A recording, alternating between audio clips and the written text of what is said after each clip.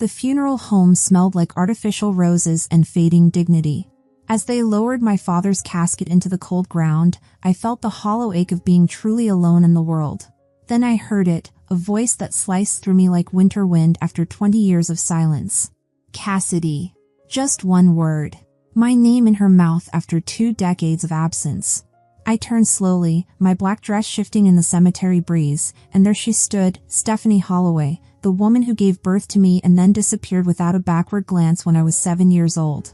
She wasn't alone. Behind her stood a balding man in a cheap suit and 3 children with curious eyes. Her replacement family. The family she chose instead of me. I'm Cassidy Montgomery, and this is my story of abandoned daughters, inherited wealth, and the sudden reappearance of a mother who only remembered she had a child once that child had something she wanted. The heart attack took my father without warning. Harold Montgomery, successful contractor, devoted father, and the only parent who ever actually showed up for me, collapsed in his office while reviewing blueprints for a new housing development. At 52, he was gone in an instant. The paramedics claimed it was quick, that he didn't suffer. As if that was supposed to comfort me as I stood in that sterile hospital corridor, staring at the doctor's sympathetic face. Comfort was nowhere to be found. Only hollow emptiness and the terrifying reality of facing a world without the one person who had never let me down. I did what I always do when life hits hard, I handled it. I organized the funeral arrangements, selected flowers that captured Dad's spirit, coordinated with Pastor Collins from the church Dad supported generously but attended sporadically. Money wasn't an issue. Dad's construction business had grown from a small operation into one of the city's most respected companies. I could afford to honor him properly. The service was beautiful in that heartbreaking way funerals sometimes are. The church overflowed with people whose lives Dad had touched, business partners who praised his integrity, golf buddies who remembered his terrible jokes, construction workers whose families he'd helped through tough times. They all shared stories I'd heard 100 times before, painting a picture of a man who gave more than he took, who built things that lasted. I stood there in my black dress, accepting condolences and trying to hold myself together, when Pastor Collins spoke about Dad's generosity and his love for family. Harold's greatest achievement, he said, wasn't the houses he built or the business he created. It was raising his daughter to be a woman of strength and character. That's when I lost it. Not because of what he said, but because of what he didn't say. There was no mention of my mother because there was nothing to mention. For 20 years, it had been just Dad and me against the world. After Grandma died 2 years ago, I was literally the only family he had left. Then came that moment by the graveside. That voice. That name. Cassidy. I stared at her, this stranger who shared my blood. She'd aged, obviously. Her hair was shorter and darker, probably covering gray. She'd gained weight, and there were lines around her eyes that hadn't been there when I was 7. But it was definitely her, Stephanie Holloway, the woman who abandoned me. "What are you doing here?" The words came out colder than ice. "I heard about Harold through some relatives," she said, and the man next to her, tall, balding, wearing that cheap suit, put his hand on her shoulder like he was supporting her through grief. This had to be him. The co-worker she'd been having an affair with, the man she'd chosen over her husband and child.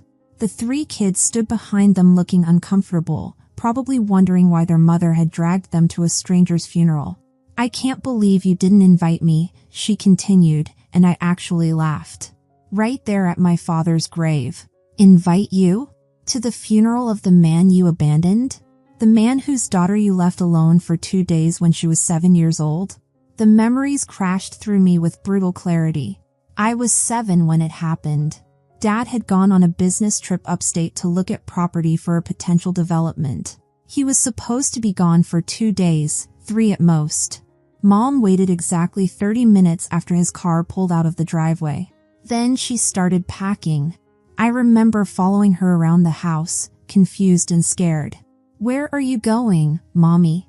"Mommy has to go away for a while," she said, not even looking at me as she stuffed clothes into 2 suitcases.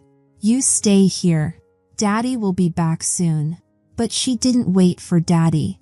She wrote a note, I never saw what it said, left it on the kitchen table, and walked out the door. I watched from the living room window as she loaded her suitcases into her car and drove away without looking back. For 2 days, I was alone in that house. 2 days. I ate cereal for every meal because I didn't know how to cook anything else. I watched cartoons and waited for anyone, to come home. I kept thinking Mom would realize she forgot something and come back. But she didn't. When Dad finally returned and found me sitting on the couch in the same clothes I'd been wearing for 2 days, the look on his face when he read that note. I'd never seen him look so broken. He crumpled it up and threw it in the trash. "Your mother is finished," he said, more to himself than to me. Everything happened fast after that. Dad called his lawyer. Divorce papers were filed. Mom was supposed to show up in court for the custody hearing, but she never came. The judge awarded Dad full custody and terminated her parental rights. Just like that, she was legally out of our lives. Dad told me later that Mom had been planning her escape for months, coordinating with her lover, waiting for the perfect moment when Dad would be out of town and I would be helpless. That moment came, and she took it without a second thought about the 7-year-old daughter she was abandoning. Now here she was, 20 years later, standing at Dad's grave with her replacement family. "Cassidy, these are your brothers and sisters," she said, gesturing to the kids. "This is Dylan, he's 16. Ella is 13. And little Aiden is 10. I looked at them. They looked back with curious eyes, probably having no idea who I was or why their mother had brought them to a stranger's funeral. "I don't care," I said, and I meant it. I turned away and walked toward my car, hearing her call my name behind me. But I didn't look back. She'd made her choice 20 years ago. Now she'd have to live with it. The drive home was a blur of memories. After Mom left, Dad and I had to figure everything out together. It was rough at first. He was devastated, working constantly to avoid thinking about what she'd done. I spent most of my time with Grandma Montgomery, Dad's mother, who moved in to help raise me. But Dad channeled all that anger and pain into his work. His business took off. All that emotion he couldn't process, he poured into building something bigger and better.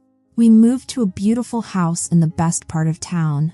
He never remarried, never even had a serious girlfriend, though plenty of women tried. He always said I was enough family for him. He put me through college, business administration, and bought me my own apartment when I graduated.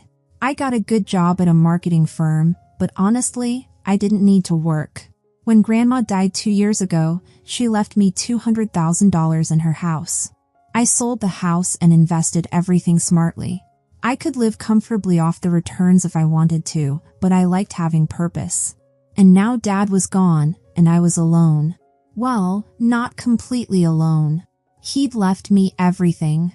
I'd found his will in his desk drawer the day after the funeral. It was simple and clear, everything to my daughter, Cassidy Montgomery. The business, the house, his cars, all his investments. Everything. I guess word got out about that will, because 3 days later, my doorbell rang. It was her, my mother. Standing there alone this time, no husband, no kids. She was wearing jeans and a sweater, looking nervous but determined. I opened the door but didn't invite her in. "What do you want? Can I come in? Just give me a few minutes to talk." Against every instinct I had, I stepped aside and let her into my living room. She looked around, taking in the expensive furniture, the view of the city through floor-to-ceiling windows, the original artwork on the walls. "This is a beautiful place," she said. "How did you get my address?" I asked around. "Some of your father's relatives gave it to me." Great. So now she was tracking me down through family connections I barely knew. "What do you want?" I asked again. She sat down on my couch without being invited. "Cassidy, I know you inherited a significant amount of money from your father. And from your grandmother too." My stomach dropped. How the hell did she know about Grandma's money? "What's your point?" "My point is that you're very wealthy now. And I think you should share some of that wealth with your family." I stared at her. "My family?" "Yes. With me and your brothers and sisters. Those 3 children you met at the funeral. They're your half-siblings, Cassidy. They need help with school, with college funds, with basic living expenses. I laughed. I couldn't help it. Are you serious right now? Completely serious. You're single, you don't have children of your own to worry about. You have more money than you could ever spend. Meanwhile, I'm struggling to raise 3 kids on my husband's salary. I sat down across from her, trying to process the sheer audacity of what I was hearing. Let me get this straight.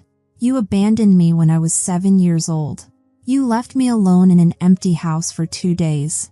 You never called, never wrote, never sent a birthday card, never asked how I was doing for 20 years. And now you want me to give you money. She had the decency to look ashamed for about 2 seconds. Then she straightened up and got defensive. I was young, Cassidy. I made mistakes. But I never loved your father. I couldn't live with him anymore. I knew he would take care of you. You were always his little princess.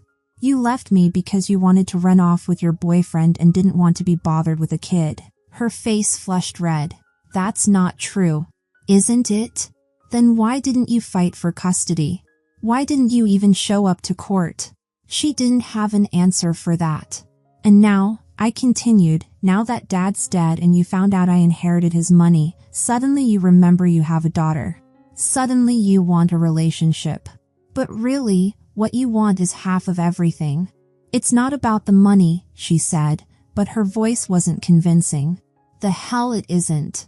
You didn't love Dad, but you sure love his money now. She tried a different approach. Cassidy, those children are innocent in all this. They didn't do anything wrong. Dylan wants to go to college, but we can't afford it. Ella needs braces. Little Aiden has learning disabilities and needs special tutoring. They're your brothers and sisters. No, they're not. They're your children with the man you left us for. They're nothing to me. How can you be so cold? Cold? You want to talk about cold? You left a 7-year-old alone in a house for 2 days. You never contacted that child for 20 years, and now you show up demanding money. That's cold. She stood up, getting frustrated. You have millions of dollars, Cassidy. More than one person needs. I'm asking for help with my children's education and basic needs. Then ask their father. Ask your husband. Don't ask the daughter you threw away. Your father turned you against me. My father never said a bad word about you to me. He didn't have to. Your actions spoke for themselves. She was getting desperate now. I could see it in her eyes. Cassidy, please.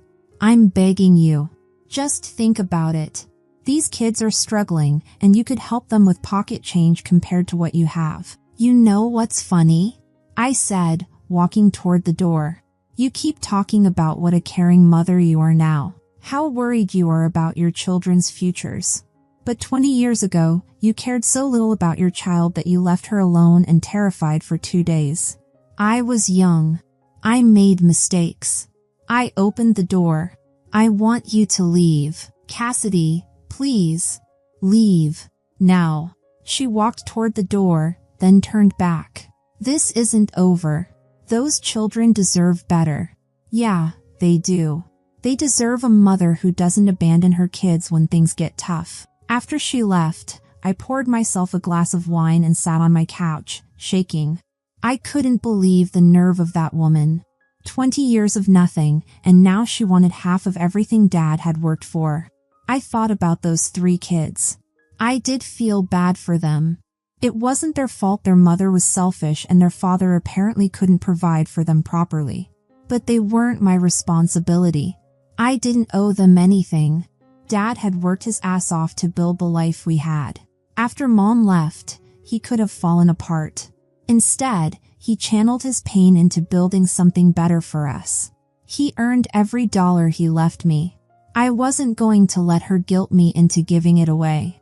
2 weeks later, I got a letter from a law firm I'd never heard of. My hands were shaking as I opened it. It was a lawsuit.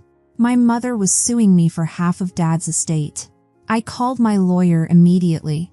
Malcolm Whitford had handled Dad's will and some business contracts over the years. Dad trusted him, so I did too. Cassidy, I'm sorry to hear about this, Malcolm said when I showed him the papers. But don't worry too much. Your mother has no legal grounds to claim any part of your father's estate. But she's actually trying to sue me? Yes, but that doesn't mean she'll win. Anyone can file a lawsuit. Winning is a different story. We'll fight this. The lawsuit claimed that Mom deserved half of Dad's estate because she had been married to him and had helped raise me for 7 years. Her lawyers were arguing that she contributed to the family and deserved compensation. It was complete bullshit, but we still had to go through the whole legal process. The trial started 3 months later. I was nervous as hell walking into that room. Mom was sitting at the other table with her lawyer, a thin guy in an expensive suit who looked like he thought he was hot shit. She had the nerve to bring her husband and all 3 kids. They sat in the front row like they were the victims here. The kids kept staring at me with these sad eyes, like I was the villain keeping them from their rightful inheritance. Mom's lawyer went first. Your Honor, my client was married to the deceased for 8 years. During that time, she helped raise his daughter and contributed to the household. She deserves her fair share of the marital assets. Then he started talking about how Mom had tried to maintain a relationship with me after the divorce, but Dad had prevented it. That was when I almost lost it. She has 3 children who need financial support for education and basic needs, the lawyer continued. Meanwhile, the defendant has inherited millions of dollars that she cannot possibly spend in her lifetime. When it was Malcolm's turn, he laid out the real facts. He had copies of the divorce papers, the custody documents, everything. Your Honor, the plaintiff abandoned her 7-year-old daughter, leaving her alone in a house for 2 days while her father was away on business. She ran off with her lover and never contacted her daughter again. She didn't fight for custody, didn't pay child support, and made no effort to be part of this child's life for 20 years. Malcolm pulled out bank records, phone records, everything that proved Mom had never tried to contact me. The plaintiff only appeared in the defendant's life after learning about the inheritance. This is not about family relationships or fairness. This is about money, pure and simple. Then the judge started asking questions. That's when things got interesting. Mrs. Holloway, the judge said to my mother, why didn't you contact your daughter when she turned 18 and was no longer under her father's control? Mom shifted in her seat. I thought it was better to let her have a stable life with her father. But you're here now claiming you wanted a relationship with her. Yes, Your Honor. I always wanted to be part of her life. Then why did you wait until after her father died and she inherited his estate? Mom's lawyer jumped up. Objection, Your Honor. The timing of my client's outreach doesn't negate her legal rights. I'll allow the question, the judge said. Mom looked flustered. I heard about the death through relatives and thought it was time to reconnect. The judge wasn't buying it. Mrs. Holloway, why didn't you provide any financial support to your daughter over the past 20 years, but now you believe she should provide financial support to you? Mom couldn't answer that one. She just sat there opening and closing her mouth like a fish. And why, the judge continued, should the court award you half of an estate that was built entirely after you abandoned your family? That's when Mom lost it. She stood up and started yelling. She doesn't need all that money. She's alone. Nobody cares about her anyway. She's selfish and cold, just like her father was. The whole courtroom went quiet. Even her own kids looked embarrassed. After everything she'd done, she was calling me selfish and cold. She was saying nobody cared about me. The judge banged his gavel. Mrs. Holloway, sit down and control yourself. Her lawyer was trying to calm her down, but the damage was done. The judge looked at all the evidence, looked at Mom, then looked at me. I find no legal basis for the plaintiff's claim, he said. The defendant inherited this estate through a valid will from her father, who had full legal right to dispose of his assets as he saw fit. The plaintiff abandoned her parental responsibilities 20 years ago and made no effort to be part of her daughter's life until learning of this inheritance. He paused and looked directly at my mother. Furthermore, I believe the defendant is fortunate that such a mother abandoned her, as she clearly deserved a better life than the plaintiff could have provided. Mom's face went white. Her lawyer tried to object, but the judge shut him down. Case dismissed. The court awards all costs to the defendant. As we were leaving the courtroom, Mom pushed past her lawyer and got right in my face. "This isn't over," she hissed. "You'll regret this."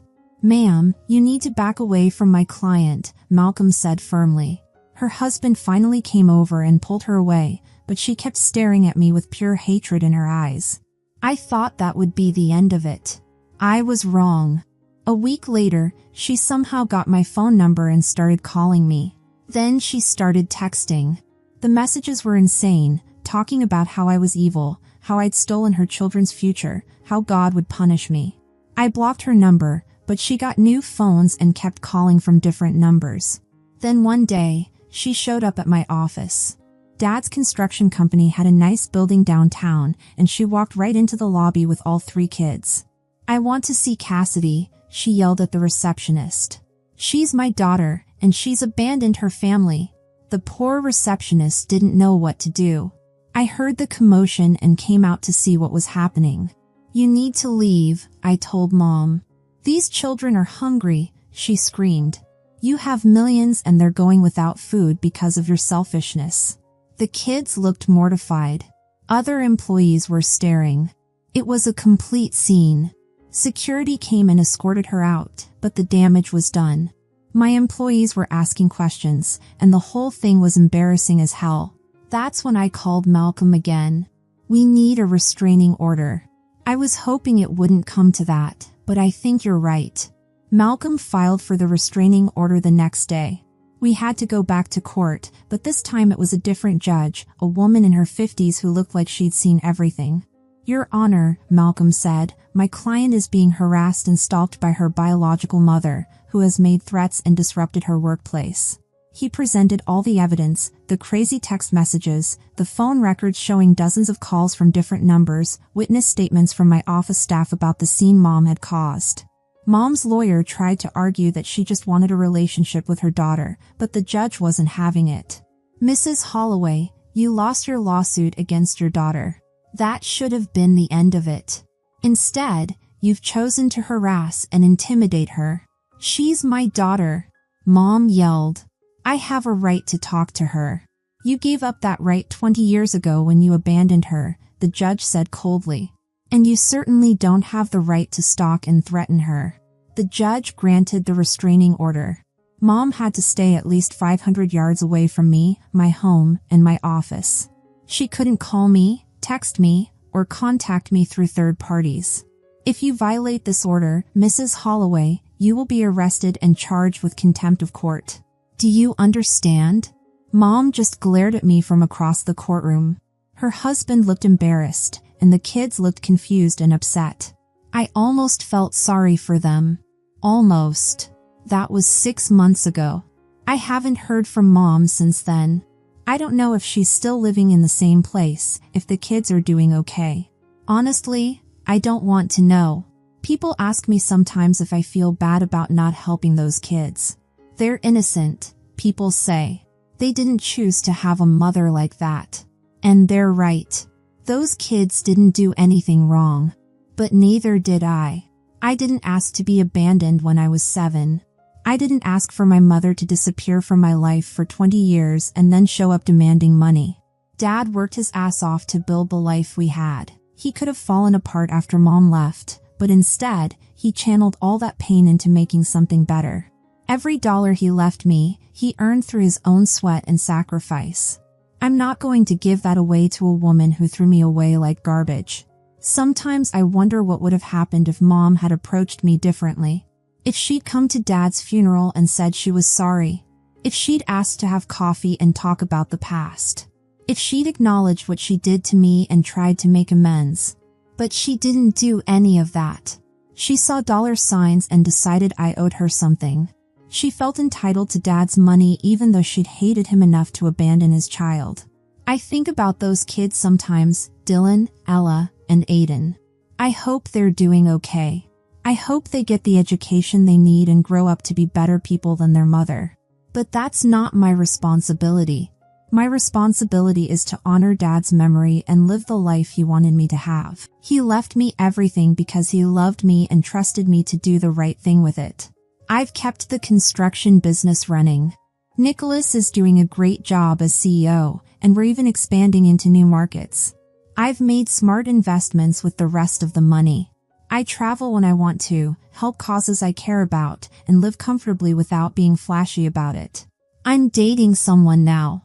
His name is Colin, and he's a high school teacher. He doesn't know about all the money, and I like it that way. He likes me for who I am, not what I inherited. Dad would have liked Colin. He's honest and kind, the kind of man who builds things instead of tearing them down. I think about Dad every day. I visit his grave once a month and tell him about what's happening with the business, about Colin, about my life. I know he can't hear me, but it makes me feel connected to him. The house feels empty sometimes. It's huge and was meant for a family. Maybe someday Colin and I will fill it with kids of our own. Dad would have loved that. As for Mom, I don't think about her much anymore. She's a stranger to me. We share DNA, but that's all. Real family is made of more than genetics. Real family shows up when you need them. Real family doesn't abandon you and then demand payment 20 years later. Dad was my real family. Grandma was my real family. Maybe someday Colin will be too. The restraining order is still in my desk drawer, just in case, but I don't think I'll need it. I think Mom finally got the message that I'm not her retirement plan. I'm not angry anymore. I was for a while, but anger is exhausting. Now I just feel nothing when I think about her. She's irrelevant to my life. I have Dad's business to run, a relationship to nurture, and a future to build. That's what matters now. Sometimes people say I should forgive her, that holding grudges is bad for your health. But I'm not holding a grudge. I'm just protecting myself from someone who proved she can't be trusted. There's a difference between forgiveness and being stupid. I forgave her a long time ago for my own peace of mind. But forgiveness doesn't mean I have to let her back into my life or give her my father's money. The truth is, some people only love you when you have something they want. And some people who call themselves family are really just strangers who happen to share your blood. Real family, the kind that matters, is the people who choose to stay, who show up when it matters, who love you not for what you can give them but for who you are. Thanks for listening, and if you liked this story, share it with others who might need to hear that blood doesn't always make family. Don't forget to comment and subscribe for more stories about finding strength when those who should love us unconditionally only return when there's something in it for them. Remember, true family is built on presence, not absence with convenient returns.